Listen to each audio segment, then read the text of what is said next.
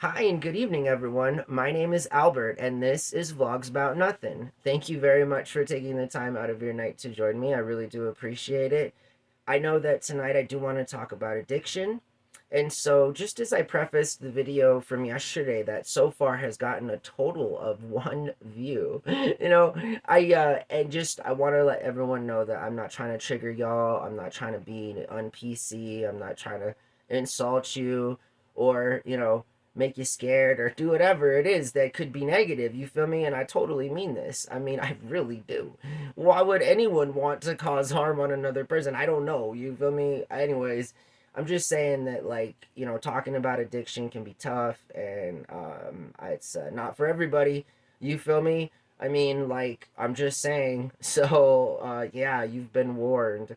But it's been, and I don't even have, the calendar is there near my bed, but it has been a lot longer than a year now since I have been sober. And it's even interesting. Listen, saying this and having this conversation and talking about these things is something that, I mean, if you've never had a problem with addiction before or whatever, then kudos to you. You feel me? Like 80% of the American population's addicted to something, right? I mean, even that beverage that you consume from Starbucks on the daily or from the freedom of your own kitchen. I mean, that thing's got caffeine in it. You feel me?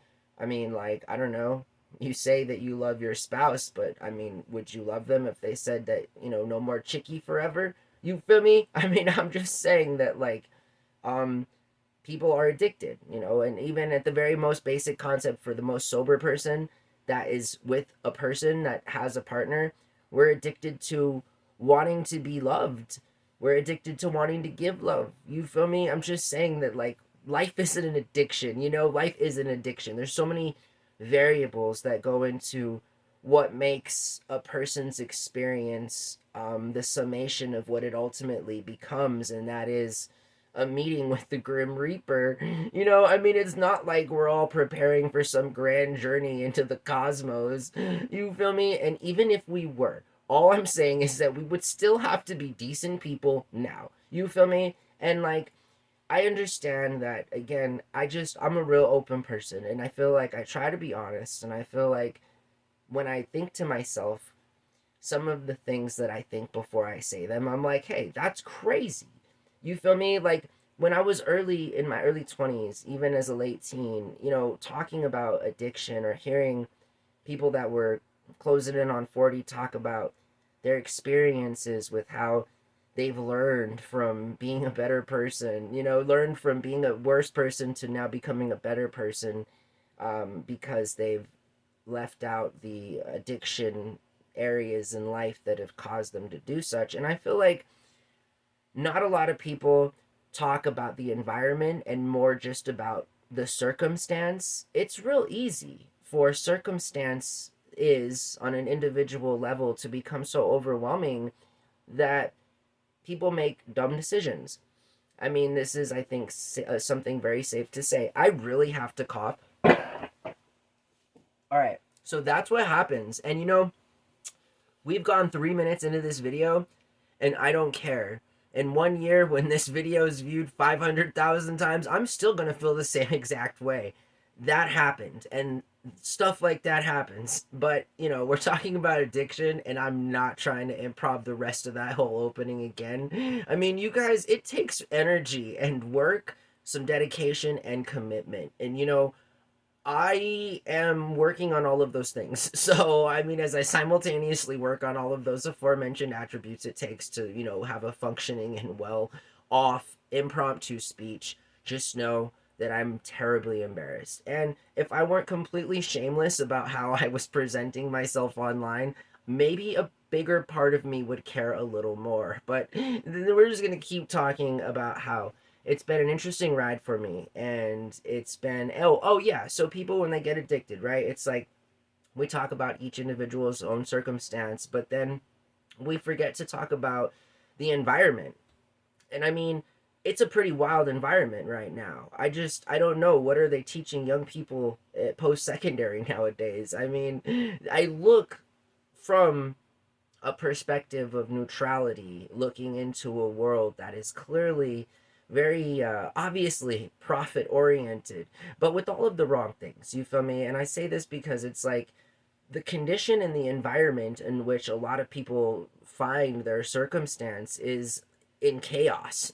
You know, to be at best, it's in chaos. And I don't think people always make the best decisions in a chaotic environment. I don't think that it is more their circumstance than it is in fact the chaotic environment that's causing a lot of the problems that do impact individuals, right? I mean, there's no trickle down theory here with fake fiat money so much as there is with, that kind of perpetuating bad stuff. I mean, it's tough, right? Post pandemic, prisons are being treated like mental health hospitals when in fact incarceration and rehabilitation and mental health awareness, these are all three different categories, like it's not all the same thing. And it's super unfair for incarcerated people to um, be in a place where it's already low human rights, and then to see sort of the populace that might otherwise be out there working and raising some funds so that they could pay taxes and do all of those cool things that being civically involved becomes, but they can't because of their individual circumstance. But nobody's talking about their environment. And I don't, a lot of sidebars, I know, and I'm not trying to lose anybody, and so I'll try to pull it back in. I was addicted to a drug last year and it nearly destroyed my life. And as impartial as I am to the idea that life is valuable and at some point mine's going to end, so, it was some awful thinking that I had at some point to put myself in a situation where I was even considering those kinds of actions, and moreover not just considering those kinds of actions but in fact implementing those kinds of actions. And it's not an attractive thing. I mean, honestly, that's kind of the worst part about being shameless, is not just the fact that you gotta roast yourself all the time, but then the fact that it really is a dark reality, how bad you were, you feel me, like just your lifestyle, the people you had around you, the fact that you were dating somebody that was 22 years older than you while in your apartment, her I insane. It was all crazy. These are things that I wouldn't do if I was like drunk. And I don't drink. So I'm just saying, and even when I do drink and if I do get tipsy ever, I'm always and always have been known for just being an overly nice person. And what that means is I end up spending all the money that I have in my possession. It's not a good thing, you know what I mean? Like like for me and my finances, and I mean, what finances now, you feel me? I'm just saying that there was a point in my life when I was younger, and that was in fact, it's kind of like the buy everybody a drink at the bar kind of a person.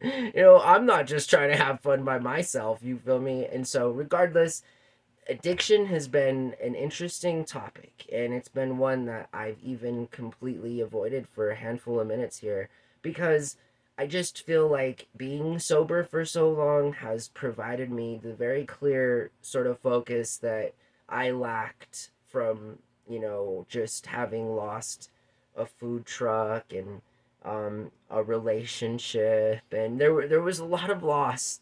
And so that's why, again, I can't even think about it like that, you feel me? My sobriety, or whatever it is, this is my normal life.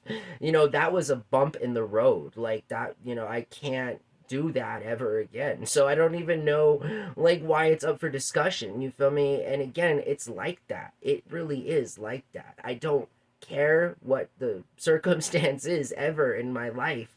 I've sworn to myself, like I be running, you feel me? Like I be running. I may be approaching 40, but your boy can still run, you feel me? And I literally, like I'm that dude, you feel me? Like, hey, people do what they got to do. If I stick around, so it's important, that we understand ourselves, and we understand our limits, and we understand that being sober, in a way that is not taking illicit drugs from the street that you don't know what they are. I think that's doctors still prescribe white powder substances here in America. That's a thing. You can get a script for that. I'm sure people do. You feel me? And I'm sure at some level that's probably what it's best for. Pharmaceutical grade medicine that for people that like can benefit from it. But recreational, like solo, out in the real world, like this is Minority Report. No, I'm good. You feel me? I'm good. I should have been thinking like that last year. Thank goodness that I'm able to speak now, a year plus later, about my sobriety and my battle with addiction, because it definitely was a battle, for sure. It was a battle. And as much as I want to tell myself that it was like the easiest habit to kick, and here I am a year later, it definitely wasn't. You feel me? Like, I am, after all, a human being, and it did, after all, have the same effects it has on everybody, that it did on me. It's just, I think now I've learned the most important part of recovery, and that is something that any narcissist or self-centered or egotistical person would tell you, and they should tell you, and it's an actual true statement, is that like you should love yourself more. You feel me? And like I feel like the aforementioned that like I love myself more. You feel me?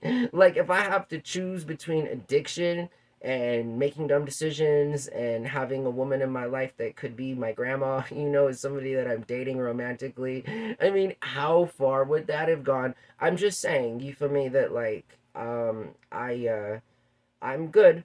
I'm gonna continue to be focused on being sober and enjoying this experience, because the other one was terrible. And addiction is not a joke, all right? So, again, love yourself.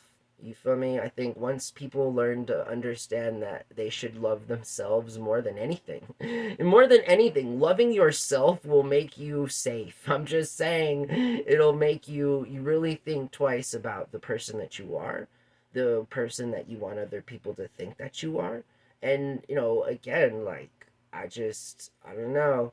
I'm just saying, addiction is a bad thing. And if in fact you do find yourself in a battle of any kind of addiction with any illicit substance, or perhaps even a prescribed drug, it's important to talk about that. And if it's something that you're interested in overcoming, you feel me, or just changing up, then definitely please do reach out, in any kind of a way that you can, to anywhere that you can that does that kind of stuff. You feel me?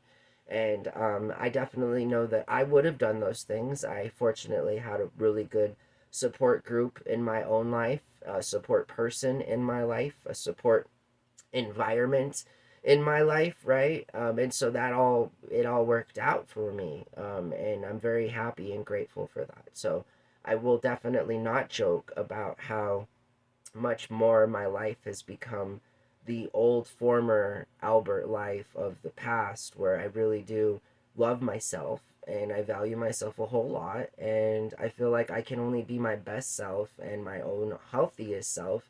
And if I do all those things, I'm in a better place to be my best self for everybody. You feel me? And that's that, to be honest, that's what I'm more interested in. But the thing is you got to take care of yourself first. And then once that happens, you can take care of another person and another person and more people, and that's where it starts. You feel me? But it definitely starts with yourself. So I hope that you guys have a really good night, and thanks for watching my videos. Bye.